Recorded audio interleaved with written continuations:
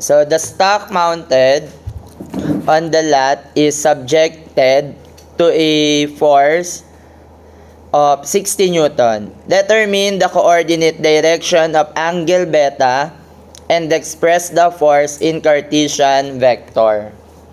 So, makikita nyo siya dyan. Sa tingin nyo, ano yung angle beta natin dyan? Nasaan yung x-axis, yung fx natin? No? So, dito kapag may nataka yung force, pwede nyo siya ikulong sa box. No? So, di ba ito yung fx natin? Wait, lakihan ko yung drawing. Alam, may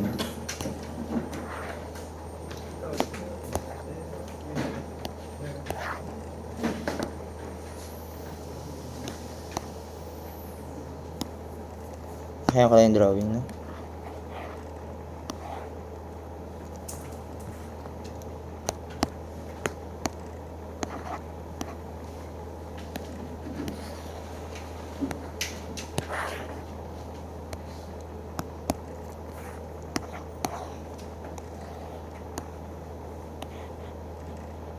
Ayan. Kapag nakita kayo ng force, pwede nyo siyang ikulong sa box. So, ito yung Fy, and dito si Fx, and Fz.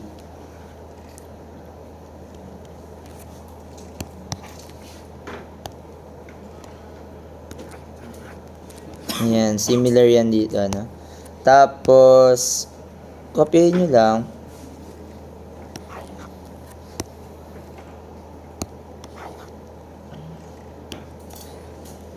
Ayan, para lang, katulad lang kanina, no, naka-duplicate.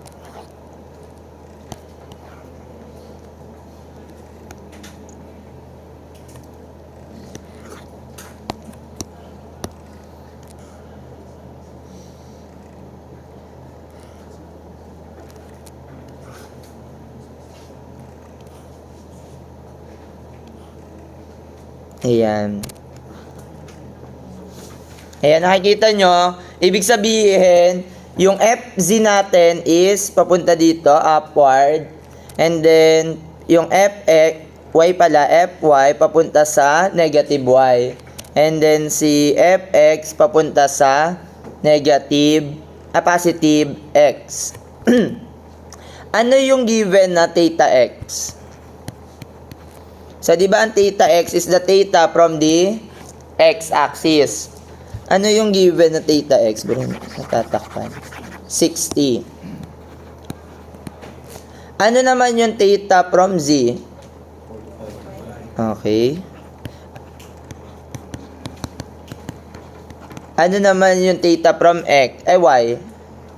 Beta, no? Nakalagay beta. Di lang kita, no? Beta siya. Okay.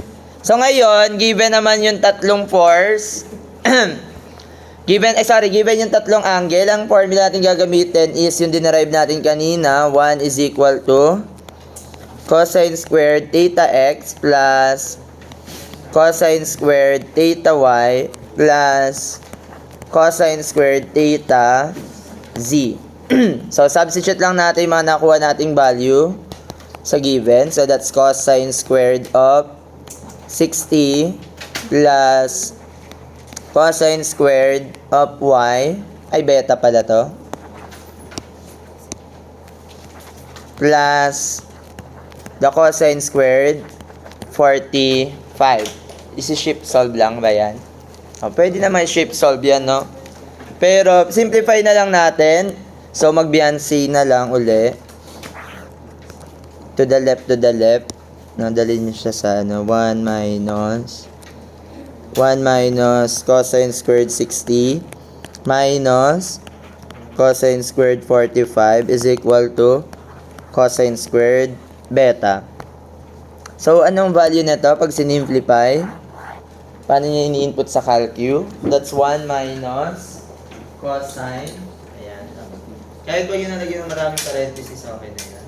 Ang lumabas is 1/4 or 0.25. That is equal to cosine squared beta. So, extracting the roots, diba, extract yan natin, square root. So, magkakaroon tayo ng cosine beta is equal to square root of 0.25 plus or minus 0.5. So, para makuha mo yung beta, that is equal to the inverse cosine of 0.5 and positive, tas yung isa naman, beta 1, beta 2, that is equal to the inverse cosine of negative 0.5. So, magkano si beta 1? And then, ang beta 2, negative lumabas. 100. So, alin yung tamang sagot dito? Obtuse or acute? Yung 120, no? Kasi, obtuse siya. Kasi pinakita dito, in-indicate kung nandoon yung force, yung head niya nandoon sa ditong quadrant. Pero, kung dito nilagay yung force, ayan, nandiyan dyan. For example, nandoon, ayan. Ito yung 60 na angle. So, ang tamang sagot is 120. And then, to solve for fx, okay, mas madali na to. Fx is equal to f cosine of theta x. Ang f natin is 60 Newton. Ang cosine theta x is 60. So, magkano yung fx? 30 newtons. And then, ang Fy is equal to F cosine theta y. So, that's equal to 60 cosine of 120. Yung theta y natin, yung beta 2, ano? Negative 30 newton. And then, Fz, that is equal to F cosine theta z. 60 cosine of 45. So, that is equal to 40. Kung Cartesian vector yung nahanap, gagawin nyo lang dito, force. Lalagyan nyo lang ng ijk, no? So, that's 30i minus 30j hat plus 42.43 k hat. Ayan. So, ayun, naging negative siya, no?